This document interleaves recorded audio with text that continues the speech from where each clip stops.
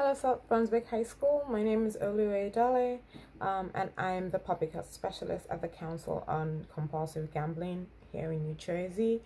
And I'm so excited to be able to speak to you today, real briefly, about video gaming and gambling. So I know a lot of you are, or well, all of you are at home. You have a little bit more free time. Maybe you didn't game before and now you're gaming, or maybe you did game before and now you have a lot more time to game. And I wanted to speak to you about gaming responsibly. A lot of you might not consider that gaming is correlated with gambling, but it is.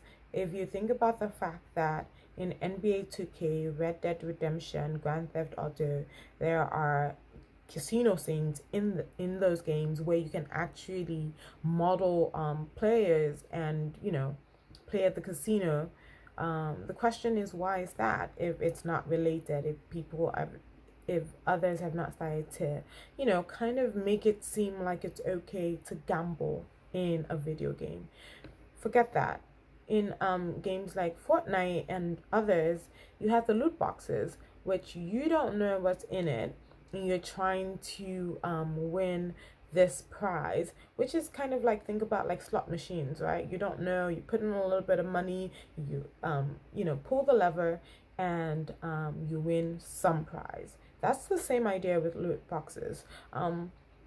And in many other ways, think about the fact that when you buy your skins, for example, it doesn't add any value to the game, but you want to win more, and the more you put, the better your skins are, and those kind of mechanisms we feel like are correlated with gambling, which is why we speak to you, and often we come into your school, but now we can't. We're doing this through a video to explain to you that gambling is correlated with video gaming.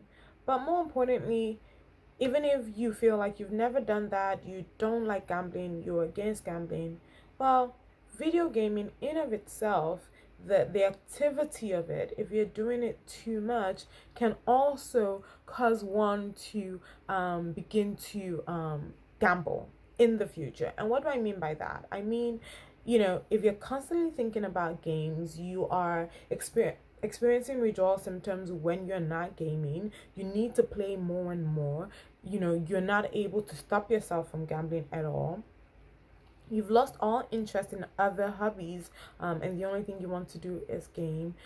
You continue to use it even despite negative impact. So you continue to play even despite negative impacts. You're losing a lot, you're not winning any games, but you keep going back because you just think, I just can't win one game. If I can win one game, everything is going to be okay.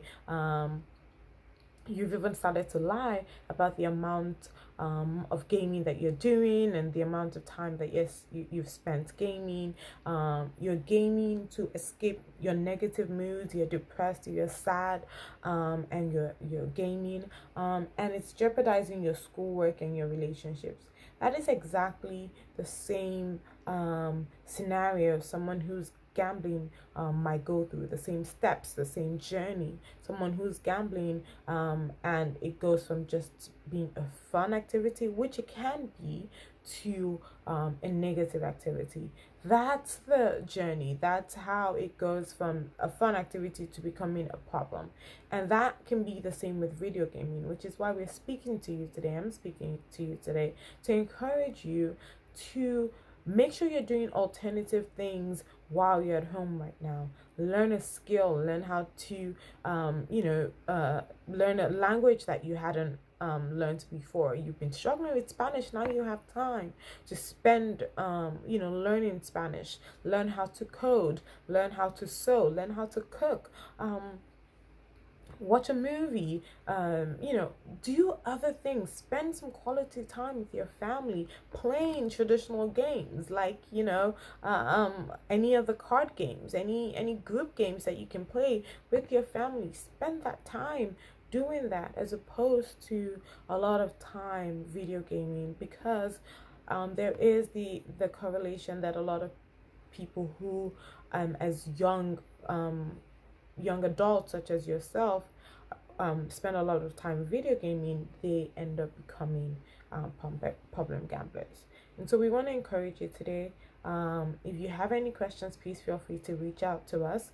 My email address is olub@800gambler.org, and you can find my information on our website, which is www.800gambler.org. And if you just have any questions, you can text us at 800gambler. Text